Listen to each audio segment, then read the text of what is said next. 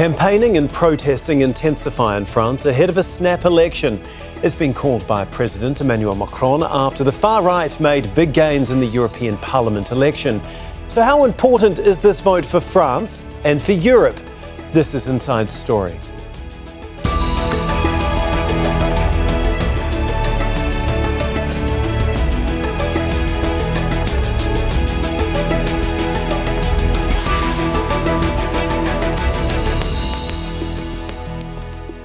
Hello, welcome to the programme. I'm Tom McRae. French President Emmanuel Macron's move to hold a snap parliamentary election is being seen as either a brave political decision or a highly dangerous gamble. Just as the European Parliament election result showed his Renaissance party hammered by the far-right national rally, Macron shocked the country with his announcement. His hope is that when they're soon asked again, the people of France will reject the extreme right. But in the words of his ally and former President Nicolas Sarkozy, the risk is that they will confirm their anger rather than reverse it. He fears Macron's decision could backfire and plunge the country into chaos. So how high are the stakes in this election for France and for Europe? And will Macron or the far right emerge stronger when the votes are counted? We'll be putting those questions and plenty more to our guests in just a few moments. But first, this report from Laura Khan. 250,000 people on the streets of France over one weekend. Their response to President Emmanuel Macron calling a snap parliamentary election and to face down the surging far right. Some protests turned violent, but all had the same message: to unite to stop a party winning power in France's parliament. All it takes is for people who didn't take part in previous elections to do so. They'll decide. The last election saw a 50% turnout, so half of the French didn't vote. Popular mobilization is the key to fight against the extreme right and to beat the extreme right. We say that the European elections mark the period after Macron. I believe that he is finished. Opinion polls show a country split between the political far left and far right. President Macron's centrist Renaissance party is in third place, and he's now at the centre of a political storm after his decision to hold a snap election.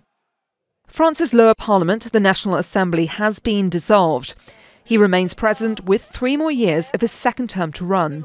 But he could not ignore the new political reality, the rising popularity of the far right.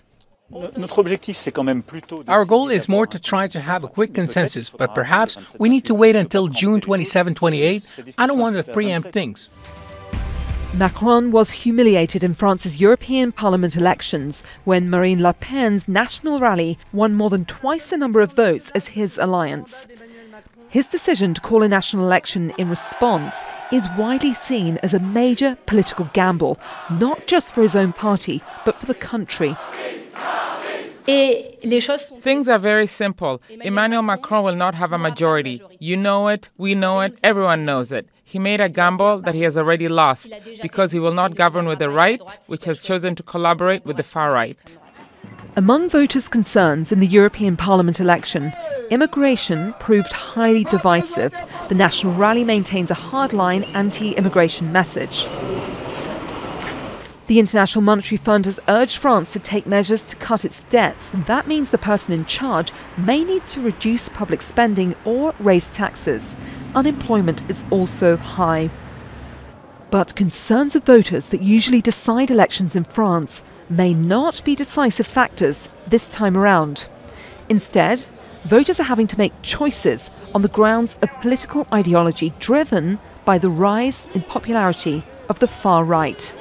Laura Khan for Inside Story, Al Jazeera.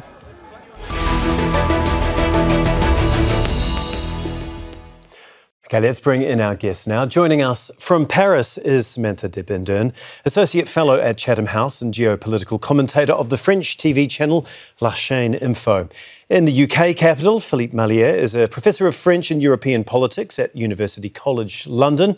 And also in Paris, Peter Humi is an independent France correspondent as well as a university lecturer. Thank you very much for joining us here on Inside Story.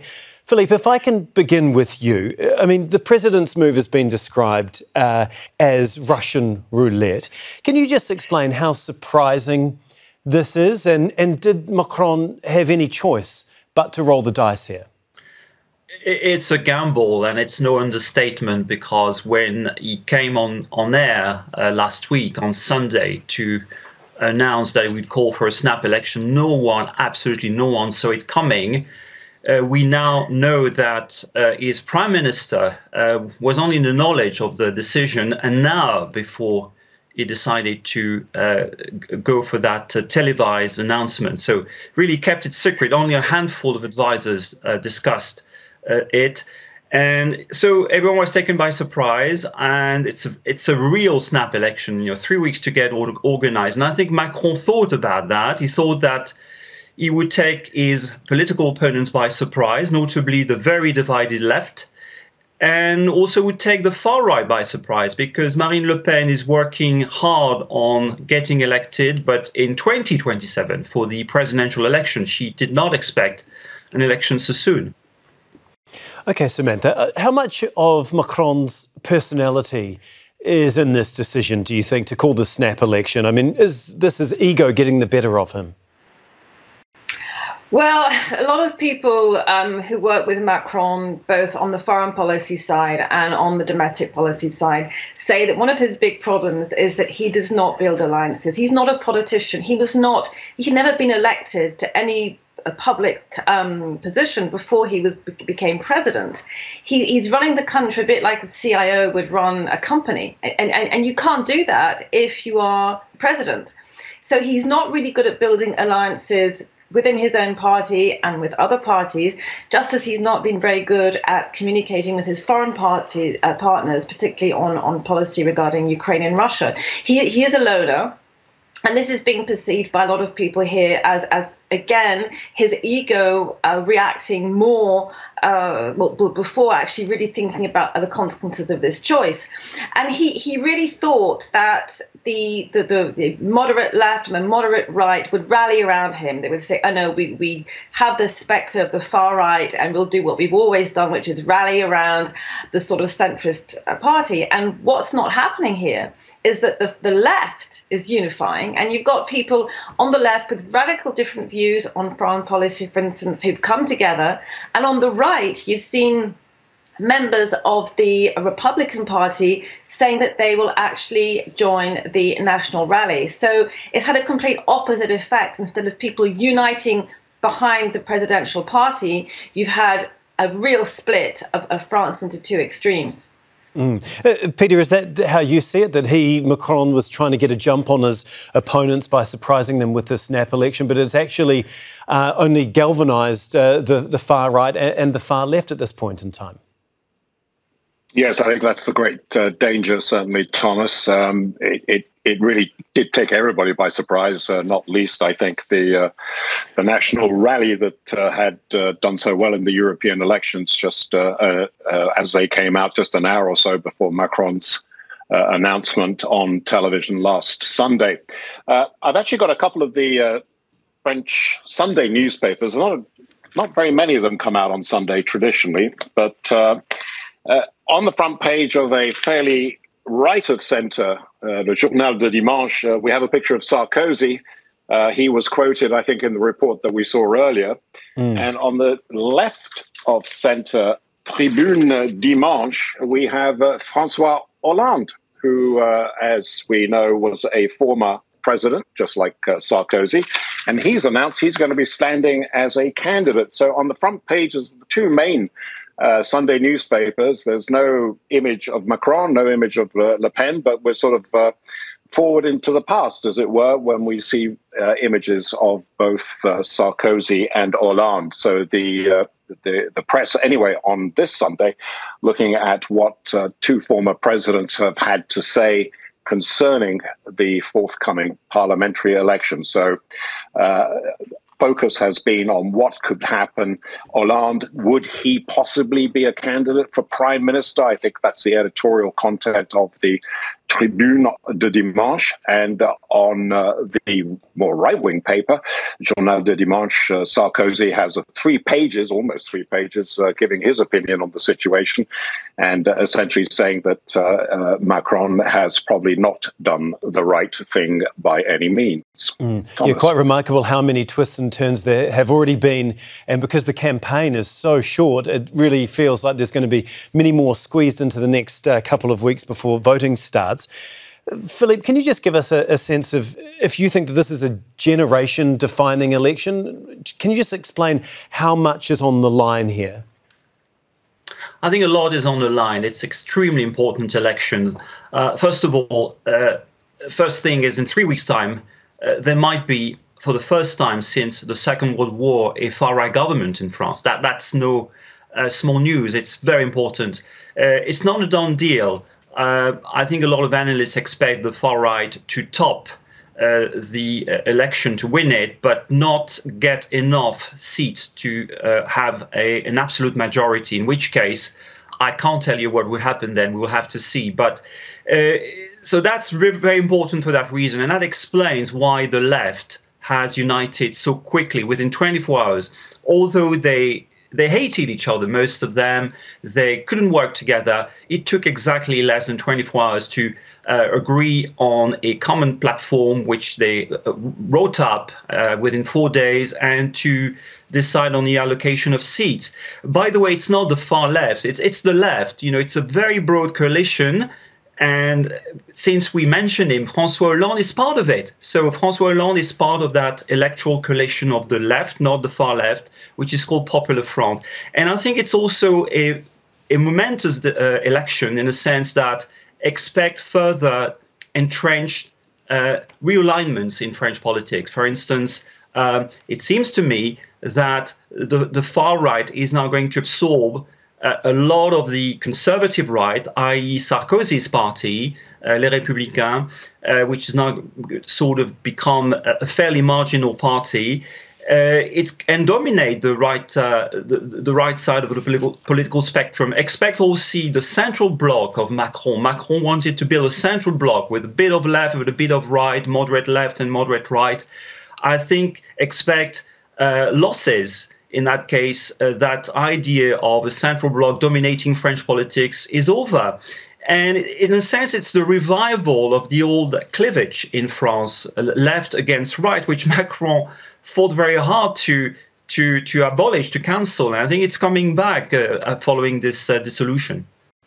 Samantha, can you just give us a sense of what is it about the far right, the National Rally, that is so attractive to voters in France right now? And what would be the consequences if they are indeed elected here?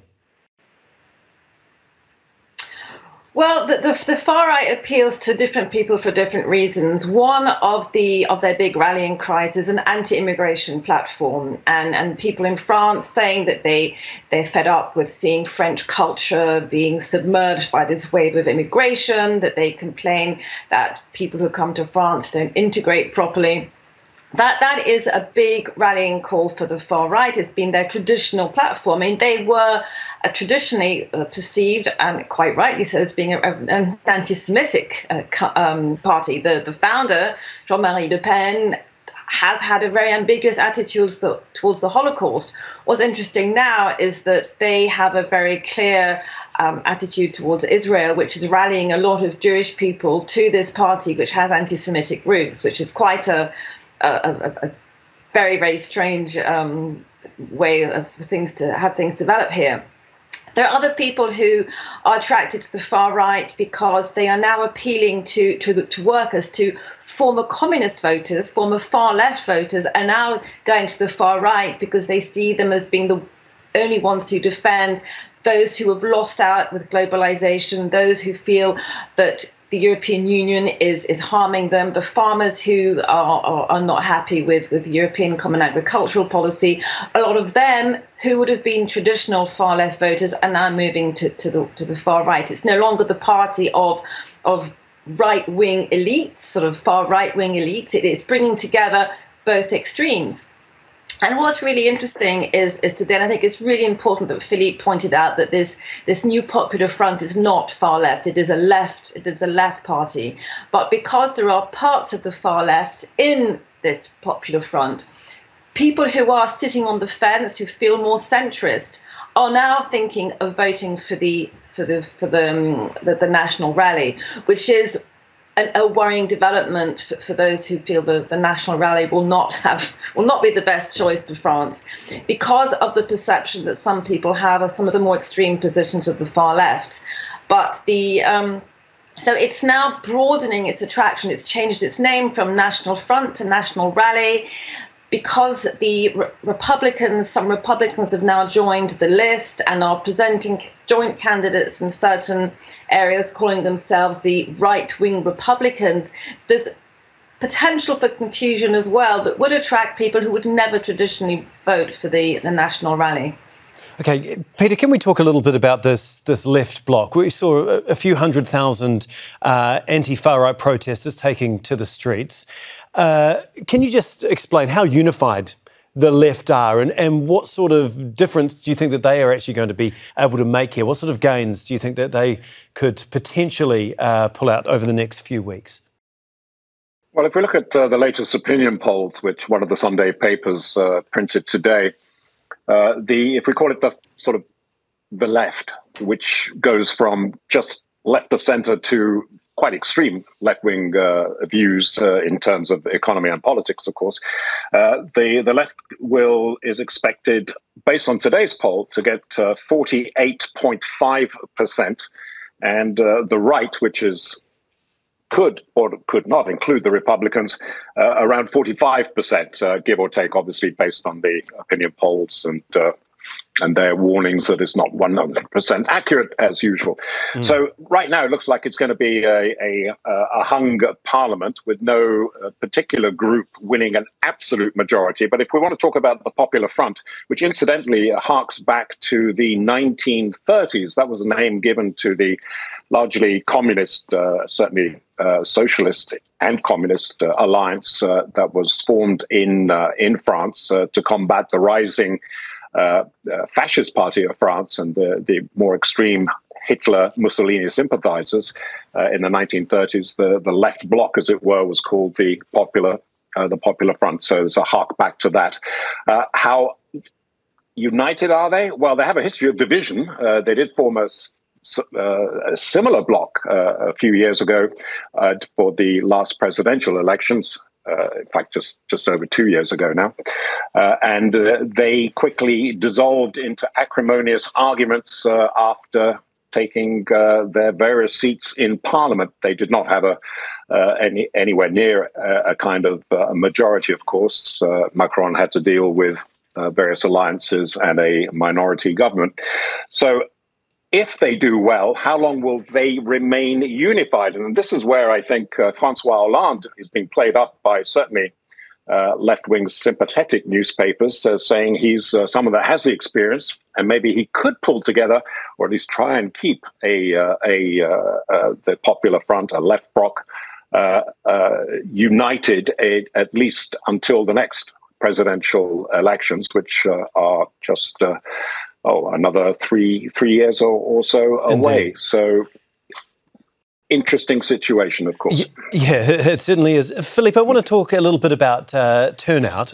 I mean, less than 50% of registered voters didn't vote in 2022. Is that likely to be similar to this election? I just want to get a feeling for how people feel there about the election being framed in more ideological terms, rather than, actually anyone talking about issues and policy. Absolutely. I think there will be a very few talk, not much talk about policies. At least you won't go into the detail of policy. There's no time for that. It's a short election, 3 weeks. The first week was already taken away, organizing, alliances, allocation of seats. So there's basically 2 weeks left now to campaign. And when you see the type of alliance which have been set up really almost overnight, Of course, each camp has a program, but I don't think the policies will play a major role. Purchasing power, immigration, Europe, of course, are the themes which seem to sort of come up all the time as the sort of the main concerns of the French people. But I think essentially it's a make or break type of election. And it's all due to President Macron, which went for the dramatization of this election. Make or break in a sense.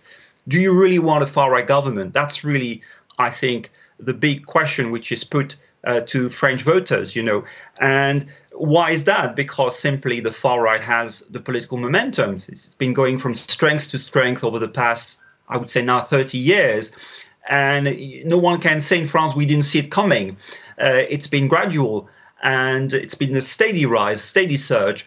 And today, I think it's the moment of truth now. It's a moment of truth because for the very first time since the end of the Second World War, the far right could actually win the election. OK, and that obviously has wider consequences, not just for France, but also for Europe as well. Samantha, what are those consequences, and how worried is Europe looking on at what is happening in France right now? Well, if you're asking how worried people are, then it depends how large you consider Europe to be. There's one country in Europe which is very worried about what's happening in France, and that is Ukraine. Because President Macron has been, particularly in the last year, very, very vocal in his support for Ukraine. He's been one of the most strong supporters of Ukraine in the European Union and, in fact, in the Western world. And he said things that have surprised many allies when he talked about not ruling out French troops on the ground in Ukraine. He's been very sort of vociferous in his desire to now even send Mirage fighters to these combat aircraft to Ukraine. So President Zelensky and the Ukrainians feel that Macron is their strongest supporter in Europe. If you look at the National Rally, they have traditional links to Moscow, which I won't go into details here, but there is a lot of literature out there on the personal links between certain important personalities in the far right, and also financial links between Moscow and the National Rally.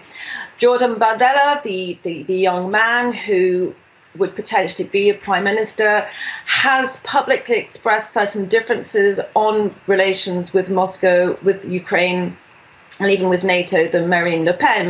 Marine Le Pen has a very anti-Atlanticist point of view. Yes. Jordan Bardella seems to be moving a bit more towards a Meloni type attitude, but all remains to be seen because a lot of things can be said in an election campaign and very different things can actually happen in reality. So Indeed. Very, very strong concern in Ukraine. The rest of the European Union, well, a lot of other European countries are moving to the right as well. So there is no longer a serious talk of Frexit. At one point, the National Rally was seen as a party that could potentially think about moving France out of the EU. When they see what the disaster that has befallen the UK since Brexit, that is no longer the case. There are a few potential deputies that are on the list who do talk about Brexit, but that is not something which is their policy. No. They would probably have. They would require certain things from Brussels on maybe exiting certain European-wide policies. Sorry to interrupt, Samantha. We're very, very quickly running out of time, and I've got a few other questions that I really want to get to. Peter, I want to talk a little bit about briefly the young people in France. I know you're a university lecturer. Can you just explain what the feeling is among most young people? Where and how are they getting their information from? And is there any concern about disinformation affecting this election? Yes, that's. I think that's a good point. Certainly, some of the studies that have been conducted, or some of the classes that have been led at the colleges, certainly where I teach, and I'm sure most other journalism schools here in France, are now looking at this election and outside interference. Fake news, the social media, of course, is now by far the main source of news for many of these young students, journalism students. They are aware of the issues, probably more than some of their peers elsewhere, but it is a concern, of course. And in fact, just last week, I was talking towards the end of a class with some of the students who mentioned that they would be attending the anti-right-wing rally. We're seeing some pictures here from Saturday's rally in Paris. So some of them were saying, "Well, no, we're against the far right." But there was one female student who, quite with no reservations whatsoever, when asked, talking about the politics and the situations, she said, "Well, I'm going to vote for Bardella, Jordan Bardella." And I said, "Well, why? Do you approve of his policies? Well, what is it about him that will make you vote for him?" And she simply said, "Well, he's so good looking, And it's true that Bardella he's just 28, just a few years older than most of the students that I was with on that particular day. He is certainly telegenic. He is the front person at the moment for the national rally. But if he becomes prime minister, then I think we know who will be actually pulling the strings in terms of any government led by Bardella. Of course, Marine Le Pen. Marine Le Pen, of course. Philippe, I want to ask you about Jordan Bardella. As we heard there, he's only 28. Do you think that he is the most likely person to become the next prime minister? I think it's on the cards. I think it's been publicly said already, should the far right win this election, Bardella will become prime minister. Le Pen isn't interested in the job because it's a hard job. You are the prime minister, that's next to you the president. You have to deal with the president, and in that case, the French call it cohabitation. It means a president who doesn't share your political views and policies. So the president won't be there sitting nicely to help the government. So it's a bit of a danger for Le Pen, who is looking at the big prize of French politics, the presidential election. So she will send or protege Bardella to Matignon, the place for the prime minister, if he wins. The question about Bardella, it's a big question mark. The guy is totally untested politically. He's 28. He's done a term in the European Parliament in Brussels, hardly seen by anyone, didn't really participate in the debates and policy making there. He's been re-elected on Sunday. That's all. He's very young, he's untested, right. And suddenly this man will become prime minister. Yeah. Samantha, we've got time for one very last quick question and answer. Do we have any idea at this point in time how it's going to play out, or is this all completely up in the air? I think it's quite up in the air. I saw another opinion poll today in Les Echos, which showed that there would be, we would have around 33% of the National Rally and 25% of the Popular Front. I think that things are going to be chaotic. I do not think that Macron's party has any chance of having any kind of significant representation in the National Assembly, and it's going to be a bit of a roller coaster for the next few months. It's for me, all bets are on. Yeah. Well, we will be keeping a very close eye on how things play out there in France. Samantha, Philippe and Peter, thank you so much for joining us here on Inside Story. We really do appreciate your time and your insight into this very fascinating topic. And thank you too for watching. You can see the program again anytime by visiting our website. That's aljazeera.com. And for further discussion, go to our Facebook page. That's facebook.com/AJ Inside Story. You can also join the conversation on X. Our handle is @AJ Inside Story. Well, from me, Tom McRae, and the whole team here, goodbye for now.